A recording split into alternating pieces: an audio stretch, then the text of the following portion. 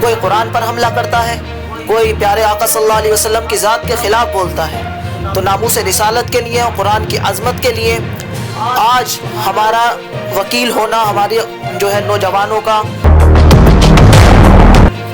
دین کے لیے اپنی جان لٹانا قابل فخر سمجھے. جبکہ آج ہوتا یہ ہے کوئی بات دین پر آ جاتی ہے تو ہم گھروں میں بیٹھے رہتے ہیں ہاتھ پہ ہاتھ رکھ کر. حالات کے قدموں پہ قلندر نہیں گرتا، ٹوٹے بھی اگر تارا تو زمیں پر نہیں گرتا، گرتے ہیں بڑے شوق سے سمندر میں دریا میں. انہیں جو ہے عزت بخشی ہمارے نبی نے. اگر بیٹی بچاؤ ابھیان سب سے پہلے کسی نے چلایا ہے تو وہ نبی اکرم کی ذات ہے، نبی اکرم صلی اللہ علیہ وسلم کی ذات ہے. بچوں اور جہیز کو تو جو ہے جہیز جیسی لعنت سے ہر ایک کو توبہ کرنی چاہیے. تو خواتین کی تعلیم پر آپ کیا کہنا چاہیں گے؟ لڑکیوں کی تعلیم پر کتنی ضرورت ہے؟ لڑکیاں ڈاکٹر بننا، اس کی ضروریات، جو کہ یہ ایک ایسی چیز ہے ٹی وی سیریل جو ہے گھر میں بیٹھی ہوئی عورت کو جو ہے ناجائز عشق اور طلاق کی فری میں ٹیوشن دیتا ہے، بچوں کو جو ہے نشے کی طرف راغب کرتا ہے. یقیناً آپ جو ہے قوم کی آواز کو جو لوگوں تک پہنچا رہے ہیں، یقیناً یہ قابل رشک ہے. اور میں تو یہی کہوں گا کہ جیسے آمنا سامنا میڈیا لوگوں کے جو ہے لوگوں جو ہے اچھی فکر کو لوگوں کے لیے عام کر رہی ہے، اسی طریقے سے لوگوں کو زیادہ سے زیادہ جس طریقے سے ہو سکے جو ہے سپورٹ کرنا چاہیے. ناظرین و سامعین کرام، آپ کا آمنا سامنا میڈیا میں خیر مقدم ہے، سواگت ہے. میں آپ کا میزبان راشد عظیم ایک اور نوجوان شخصیت کے ساتھ. یہ نوجوان جو کہ رامپور یو پی سے تشریف لائے ہیں، ہماری ان سے ملاقات ہوئی اور ہم نے جانا کہ اس 22 سالہ نوجوان میں بے شمار خوبیاں ہیں ماشاءاللہ. مدرسے کے طالب علم ہیں جن کا نام ہے ذیشان احمد، اعجاز احمد، جو کہ مدرسہ دارالعلوم نور الاسلام قصبہ کیمری ضلع رامپور سے حافظ قرآن ہے. حافظ قرآن کے ساتھ ساتھ ذیشان احمد نے اصلی تعلیم کو بھی جاری رکھا اور آج وہ گریجویٹ کے طالب علم ہیں. ذیشان احمد، آپ کا آمنا سامنا میڈیا میں خیر مقدم ہے، استقبال ہے. معزز و مکرم سامعین، السلام علیکم ورحمۃ اللہ وبرکاتہ. میرا آپ سے پہلا سوال یہ ہے کہ ماشاءاللہ آپ نے قرآن حفظ کیا، قرآن کی تعلیم حاصل کی اور مدرسے سے آپ جڑے رہے. اصلی تعلیم کا خیال آپ کو جو پیش آیا وہ کس طرح آیا، کیوں آیا، کیا وجوہات ہے اس کے؟ کیونکہ ہم دیکھتے ہیں کہ عام طور سے یہ بات کہی جاتی ہے کہ مدارس کے ہمارے طلباء جو ہے صرف مدارس کی ہی پڑھائی کریں، اصلی تعلیم سے ان کو دور رکھا جاتا ہے یا دور رہتے ہیں. لیکن آپ نے اس طرف پیش رفت کی ہے. آپ کا آنے والے مستقبل میں کیا پروگرام ہے؟ تعلیم کے معیار کو آپ کہاں تک لے کے جانا چاہتے ہیں اور اس کی وجوہات کیا ہے؟ الحمدللہ، تمام تعریف اللہ کے لیے ہے جس نے لفظ کن سے کونین کی تخلیق کی، اپنے پیارے حبیب صلی اللہ علیہ وسلم کو رحمت بنا کر دنیا میں بھیجا. میں اپنی بات کو اس شعر کے ساتھ شروع کرتا ہوں کہ افسوس کے تعلیم و ترقی میں ہے پیچھے، افسوس کے تعلیم و ترقی میں ہے پیچھے، جس قوم کا آغاز ہی اقرا سے ہوا تھا. آپ نے کہا، آپ نے فرمایا بھی، پوچھا، سوال کیا جس طریقے سے دنیاوی تعلیم اور دینی تعلیم کو لے کر. تو تعلیم ایک وقت کی اہم ضرورت ہے، اور بلکہ میں یوں کہتا ہوں دو چیزیں، تعلیم اور تعظیم، education and respect, it's compulsory. یہ وقت کے اعتبار سے بے حد ضروری ہے ہر شخص کے لیے. میں مدرسے کا طالب علم رہا، اس کے بعد میں جو ہے دنیاوی تعلیم کی طرف قدم بڑھائے، اور دنیاوی تعلیم وقت کے اعتبار سے ہمیں بے حد ضروری ہے. جو لوگ یہ کہتے ہیں کہ دین کی تعلیم ہی حاصل کی جائے، دنیاوی تعلیم حاصل نہ کی جائے، تو ان کا یہ کہنا درست نہیں. ہاں، یہ ضروری ہے، پہلے اپنے بچوں کو دین کی تعلیم دیں، پہلے اپنے بچوں کو دین کی تعلیم سے آشنا کریں. علامہ شیخ سعدی کا ایک قول یاد آتا ہے، وہ کہتے ہیں کہ اے لوگوں، اچھی بات حاصل کرو اگرچہ دیواروں پر لکھی ہو. مطلب اچھی سائیکولوجی والے لوگ، عقل و شعور رکھنے والے لوگ کوئی کسی کی زبان سے حاصل کرتا ہے، کوئی مکتب سے، کوئی کتاب سے حاصل کرتا ہے، مگر علامہ شیخ سعدی فرماتے ہیں اے لوگو اچھی بات حاصل کرو اگرچہ دیواروں پر لکھی ہو۔ تو دینی تعلیم کے ساتھ دنیاوی تعلیم وقت کی اہم ضرورت ہے۔ آج ہمیں اپنے بچوں کو یا ہمارے علماء کو یا ہمارے مدارس اسلامیہ کے طلباء کو صرف مدرسے کی چار دیواری تک محدود رہنا مناسب نہیں، بلکہ باہر نکلنا ہوگا اور خود کو مانند سورج کی طرح بنانا ہوگا۔ ایک واقعہ مجھے یاد، آج ہماری جو ہے ضرورت ہے ہمیں جو ہے ڈاکٹر، پروفیسر، انجینئر بنانے کی، مگر دینی تعلیم کے ساتھ ساتھ میں یوں کہوں گا کہ سب سے پہلے اپنے بچوں کو دین کا جاننے والا بنائے، رسول کا عاشق بنائے، رسول کا غلام بنائے۔ ہمیں نمازی ڈاکٹر پیدا کرنے ہیں، نمازی انجینئر پیدا کرنے ہیں، نمازی پروفیسر پیدا کرنے ہیں۔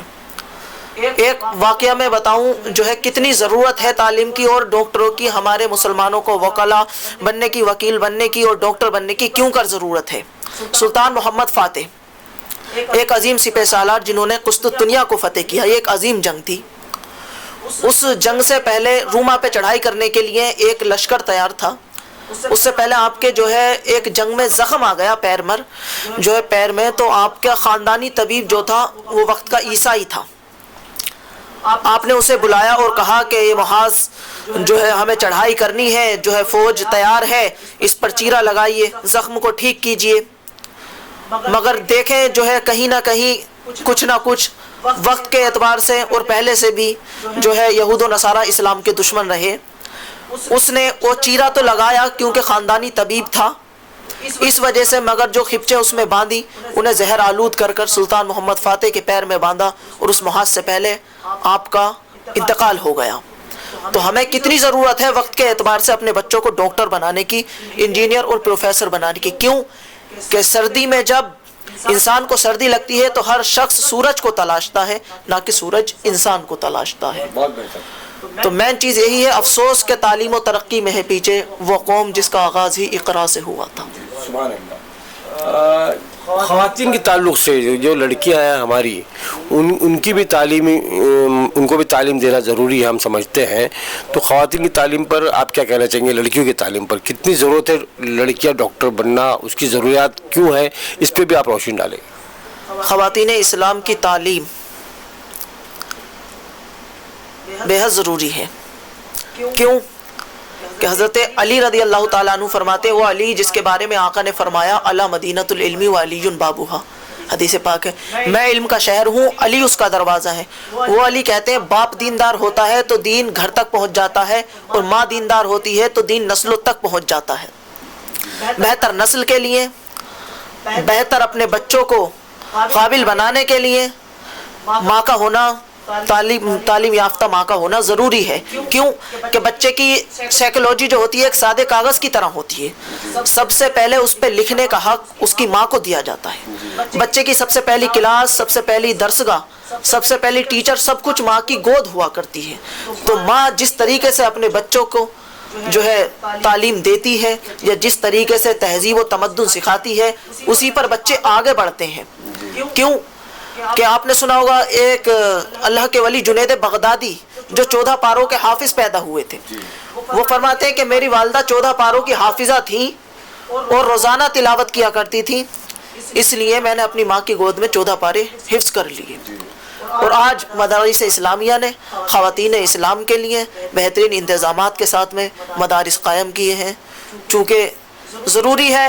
اور یہ مذہب اسلام اتنا پیارا مذہب ہے جس کے ہم ماننے والے ہیں، یہ انسان پر زور نہیں ڈالتا اور چھوٹ بھی نہیں دیتا، مگر پھر بھی یہ مذہب کہتا ہے کہ حدیث پاک کا مفہوم اپنی زبانی یوں بیان کروں کہ جو ہے علم دین سیکھنا ہر مسلمان مرد اور عورت پر فرض ہے۔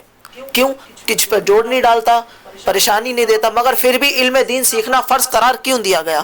دور حاضر کے اعتبار سے آپ سب کچھ دیکھ رہے ہیں، اپنا ایمان بچانا اور دور حاضر کے اعتبار سے جو ضروریات ہیں اس کے ہوتے ہوئے ہمیں اپنی بچیوں کی تعلیم کو بھی آگے لانا ہوگا، مگر کلچر اسلامی ہونا چاہیے، تعلیم ضرور ہونی چاہیے۔ بہت خوب، بہت خوب۔ ہم یہ دیکھتے ہیں کہ جیسے کہ ہماری پردہ نشین خواتین ہیں، جب وہ ہاسپٹل جاتی ہیں تو ان کو اکثر مرد ڈاکٹروں کا سامنا کرنا پڑتا ہے۔ عورتوں کے کچھ جو ہے پوشیدہ امراض ہوتے ہیں، کچھ پوشیدہ آپریشن ہوتے ہیں، وہ بھی مرد حضرات کرتے ہیں۔ تو کہیں نہ کہیں ہماری مسلم لڑکیاں بھی ڈاکٹر ہونی چاہیے کہ جن کے پاس جو ہے ہماری مسلم پردہ نشین خواتین جائیں اور ان کا علاج کرائیں، جو کہ بہت کمی ہے. اس پر آپ کیا کہنا چاہیں گے؟ میں آپ کی بات سے 100% متفق ہوں. اکثر ہماری ماؤں بہنوں کے ساتھ میں سب سے پہلی بات تو اسلام جو پردے کی اجازت دیتا ہے، مین چیز ہمارے لیے پہلے دین ہے.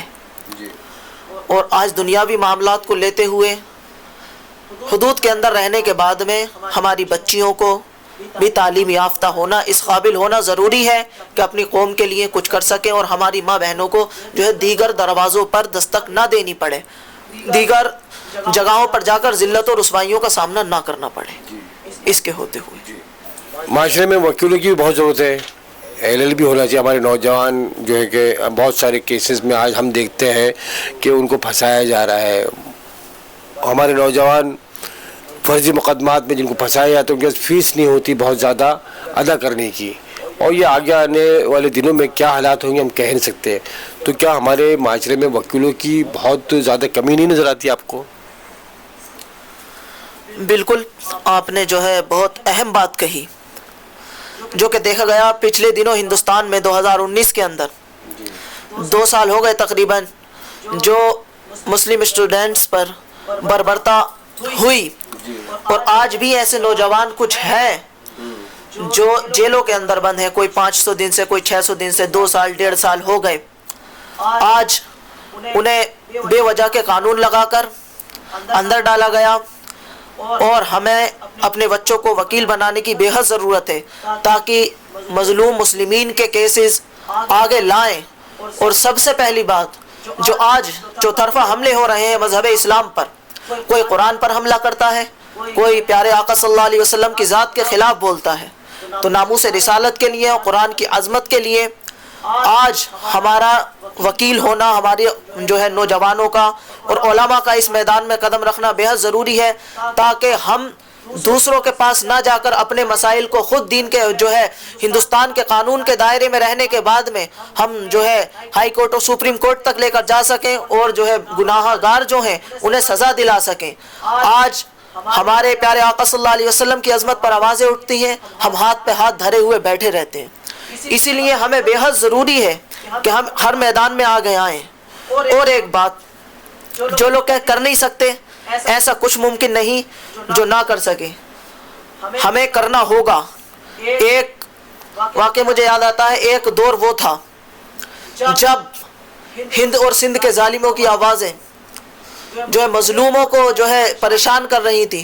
اس دور میں ایک 17 سالہ نوجوان، وقت کی تاریخ، کسی لشکر کا نوجوان 17 سالہ محمد بن قاسم، جو دمشق سے بصرہ اور مکران ہوتے سندھ تک پہنچا اور اتنی بڑی فتوحات حاصل کی، جو ہے کسی وجہ سے واپس جانا پڑا. جب وہ واپس گیا تو سندھ کے لوگوں نے اور ہند کے لوگوں نے، جو کہ مذہب اسلام سے بھی آشنا نہ تھے، انہوں نے آنسو بہائے تھے.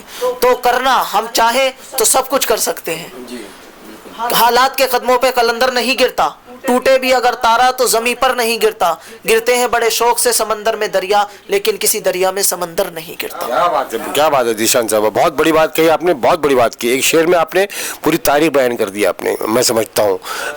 ہم آگے بڑھتے ہوئے یہ آپ سے پوچھنا چاہیں گے کہ ہمارے معاشرے میں بہت ساری برائیاں ہیں، جس میں کہ نشہ جو ہے بہت عام ہوتا جا رہا ہے، خاص طور سے ہمارے ممبئی شہر میں. آپ کے یہاں کا مجھے پتہ نہیں، تو اس پر یہ آخر اس کی وجوہات کیا ہیں، اس کے اسباب کیا ہیں اور اس کا حل کیا ہے؟ اس پہ آپ بحیثیت ایک نوجوان ہونے کے آپ کیا سوچتے ہیں اور کیا کرنا چاہیے، کیا ہونا چاہیے؟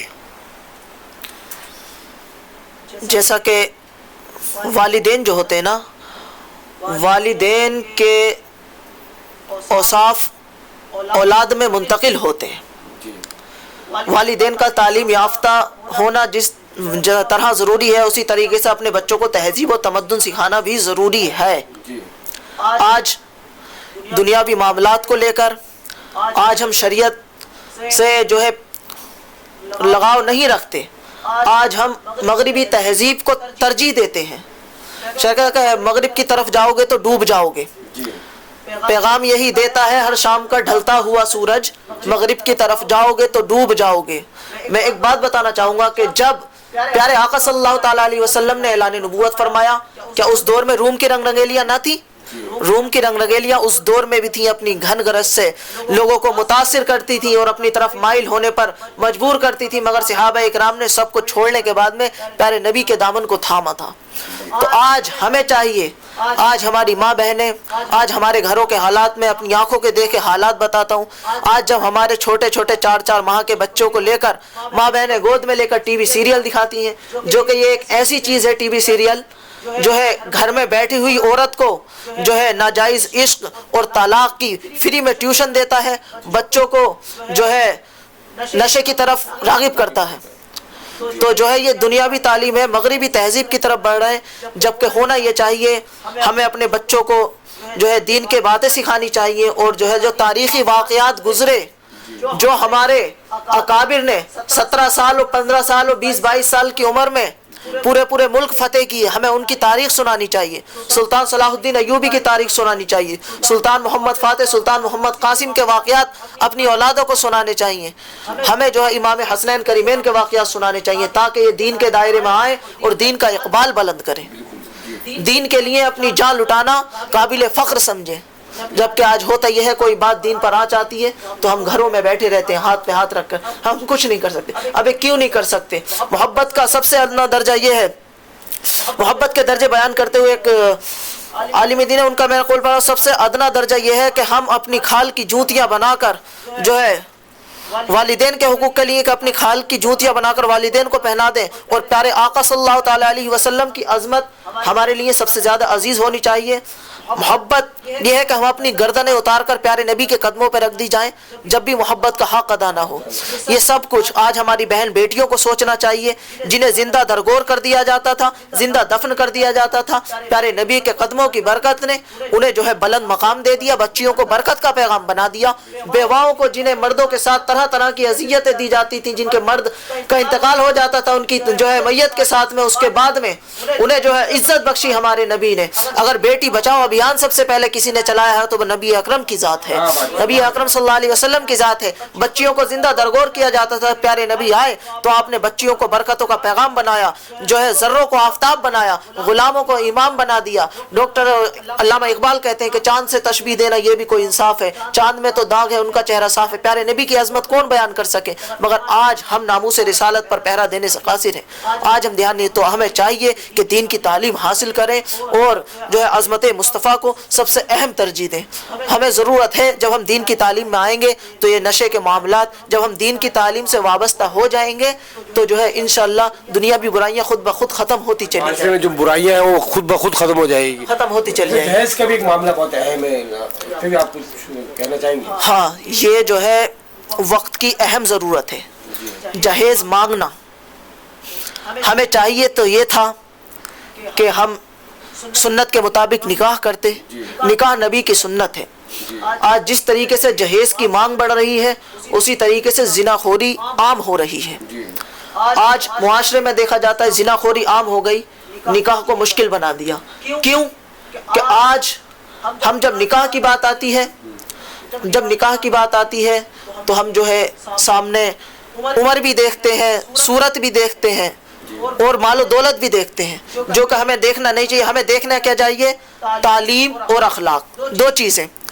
ہم ان چیزوں کو دیکھنے کے بعد میں نکاح کو آسان کریں گے، جہیز کی مانگ نہ کرتے ہوئے ہم نکاح کو آسان کریں گے تو زنا خوری کم ہوتی چلی جائے گی۔ آج بڑے فکر کا مقام ہے، بڑے افسوس کے ساتھ کہنا پڑتا ہے، آج یہی وجہ ہے ہمارے گھروں میں 35-35 30-30 سال کی بچیاں بیٹھی ہوئی ہیں اور غیر جو ہے اس چیز کا فائدہ اٹھا کر ہمارے اوپر حملے کر رہے ہیں، ہمارے گھروں پر حملے کر رہے ہیں۔ تو آج ہمیں چاہیے دین کے دائرے میں رہ کر نکاح کو عام کریں، اور جہیز کو تو جو ہے جہیز جیسی لعنت سے ہر ایک کو توبہ کرنی چاہیے اور اس سے بچنا چاہیے۔ یہ معاشرے میں ایک لعنت کے طریقے سے ہو گیا۔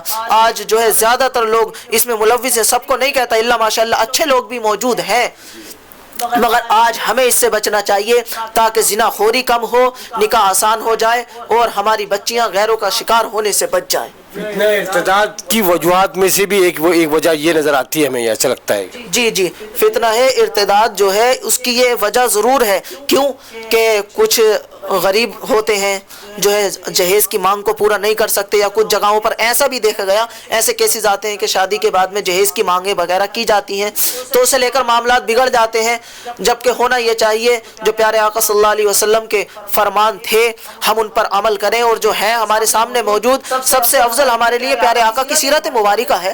کلام مجید جو ہے زندوں کو باضابطہ حیات بخشنے کے لیے آیا، ہمیں حیات دینے کے لیے قرآن مجید اس جو ہے دنیا میں آیا، تو ہمیں یہ چاہیے اس پر عمل کرنا چاہیے۔ ایک واقعہ یاد آتا ہے کہ اللہ کے رسول کے ایک صحابی آپ کی بارگاہ میں عرض کرنے لگے، یا رسول اللہ میں نے یہ جو ہے ارادہ کیا تھا کہ اپنی بیٹی کے جہیز میں دنیا کی تمام نعمتیں دوں گا، غریبی کا عالم ہے، میں جو ہے اس اپنے عہد سے کس طریقے سے بری ہوں، کس طریقے سے میں اپنے ذمے سے بری ہو جاؤں۔ اللہ کے پیارے حبیب صلی اللہ علیہ وسلم فرماتے ہیں کہ اپنی بیٹی کے جہیز میں قرآن مقدس دے دو، اللہ نے قرآن مقدس میں دنیا کی تمام نعمتوں کو رکھ دیا ہے۔ تو ہمارے لیے یہ ضروری ہے قرآن کی تعلیم، اسی سے قرآن زمانہ آج بھی قرآن سے ہی فیض پائے گا، مٹیں گی ظلمتیں اور سورج جگمگائے گا۔ بہت بہت شکریہ، بہت بہت شکریہ ذیشان احمد صاحب، آپ نے آمنہ سامنے میڈیا کو اپنا قیمتی وقت دیا، اپنے ذریعے خیرات کا اظہار کیا، ہم سب آپ کا بہت بہت شکریہ ادا کرتے ہیں، ناظرین کی طرف سے بھی، سامعین کی طرف سے بھی، آمنہ سامنے میڈیا کی جانب سے بھی بہت بہت شکریہ آپ کا۔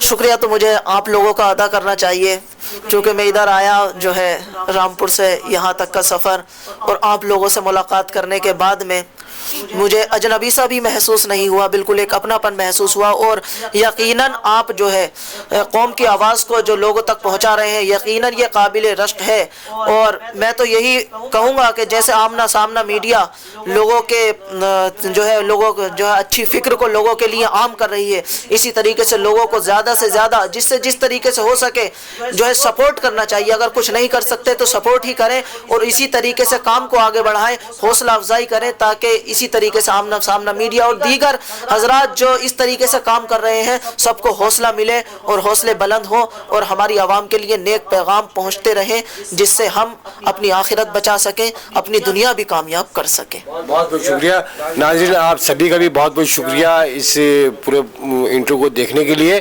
اور ہمیں امید ہے کہ آپ کو یہ پسند آئے گا، آپ اس کو زیادہ سے زیادہ شیئر کریں اور پیغام پہنچائیں سماج میں، اس اچھے پیغام کو سماج میں زیادہ سے زیادہ پہنچانے کی کوشش کریں۔